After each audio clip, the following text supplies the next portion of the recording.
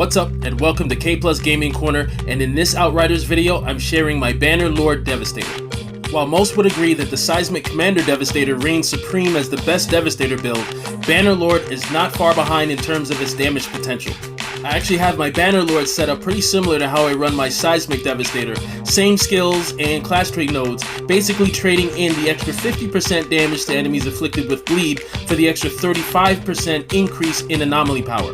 I'm not really concerning myself with the second part of the set bonus, which states that damaging enemies with your Tremor skill reduces the cooldown of your Impale, basically turning Impale from a skill with a relatively longer cooldown into a more spammable skill with almost no cooldown, and that's because I'm not using Tremor at all.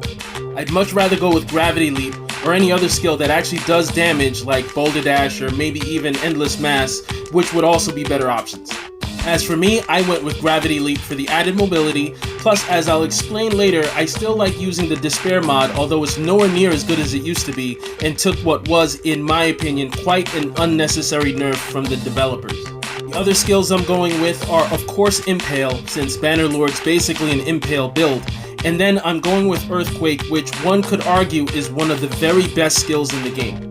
For the weapons, I'm using my trusted Sunfall submachine gun with Firestorm and rolling with Ultimate Bone Shrapnel, which is a great way of delivering bleed on enemies, and then I added Mage's Rage as a ramp-up mechanic for my anomaly power.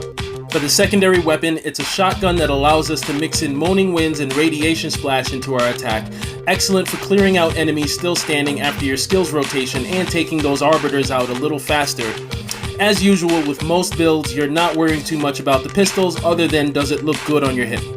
Looking at our gear and starting with the helmet, we're going with the Bannerlord's Great Helm, which comes with the Shredder mod for our Impales.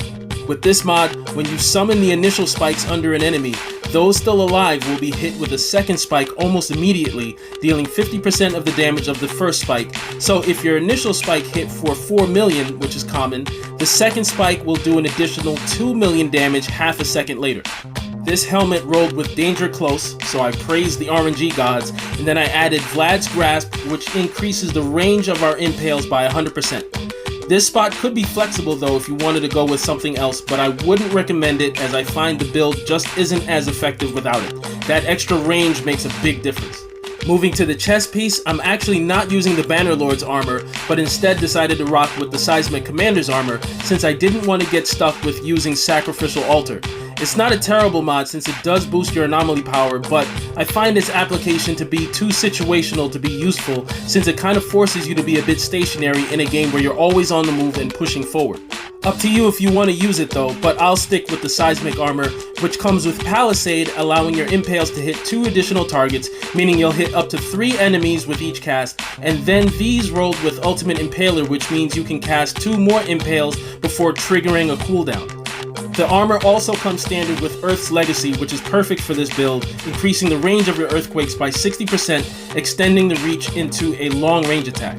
I'm using the Bannerlord's leg armor where I added Tainted Blood for an extra 16% damage to enemies that are bleeding, and between your Impales and Ultimate Bone Shrapnel on your gun, everyone will be bleeding.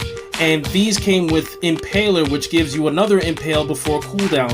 So in total, with this build, we get a maximum 4 Impales before cooldown, each striking up to 3 enemies, doing a whole lot of damage. These pants also rolled with Rivers of Blood, which is another great mod for your Impales, giving this skill an extra 30% more damage to enemies afflicted with bleed. For the gloves, I'm using the Bannerlord's Gauntlets, which comes with Post-Mortem, a decent enough mod since it generates 3 extra spikes in a 5-meter radius of the target if the enemy was killed, giving it a sort of AoE effect, and these rolled with Ground Crush, increasing the damage of your Earthquakes by a good amount. I added Second Quake here, which gives us an extra Quake before cooldown, so we'll have 2 Earthquakes and 4 Impales in each rotation. I'm using Purple Boots with Anomaly Power, although the other attributes I don't really need for this build since I'm not concerned too much with weapon damage. Ultimately, what I'd rather do is use Purple Gloves instead of the Bannerlord's Gauntlets, which would allow me to switch out Post-Mortem for Captain Hunter, and then use the Bannerlord's Foot Gear to round out the set and activate the set bonus. Either way, you work with what you can get, and in this case, these boots were useful since they rolled with Sharpened Spike, which greatly increases the damage your Impales are doing, and also Despair, which is the only mod you really need for Gravity Leap, giving you an extra 30% anomaly damage bonus for 5 seconds to anyone struck with your gravity leap. This used to be double anomaly damage bonus, so reducing it to just 30% is pretty severe in my opinion, but still helpful nonetheless. I included Unstoppable Force here to get some extra anomaly power based on our resistance piercing, which we have access to through our class tree and ascension points. Moving to the class tree, we're going along the bottom for the extra anomaly power, and along the way grabbing Paladin for a 45% boost to anomaly power whenever we use a skill. Make sure to grab both pure anomaly nodes for the extra resistance piercing I mentioned. Protected by the anomaly will boost your armor based on your high anomaly power, making you into a tank. And then of course Earth's Heritage, increasing the damage of your impales and earthquakes by 50%. For the patch tree, we're also along the bottom, grabbing Impact Point, which itself can be a nice source of damage when you're looking at your stats, giving your skills bonus damage based on your anomaly power. I go with Obliteration, which boosts both anomaly power and resistance piercing, Earth and Shell, which makes you into even more of a tank since it gives you shield just for hitting an enemy, Upheaval, which is also a great source of damage, and then finishing off with Multi-Strike. Though you could make an argument that Terms of Engagement could also be a good choice since it helps your gravity leaps do more damage.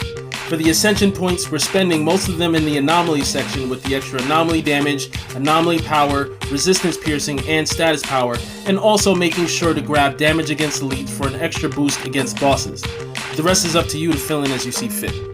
That's the build for the Bannerlord Devastator. Hope this was helpful to my fellow Devastator brethren.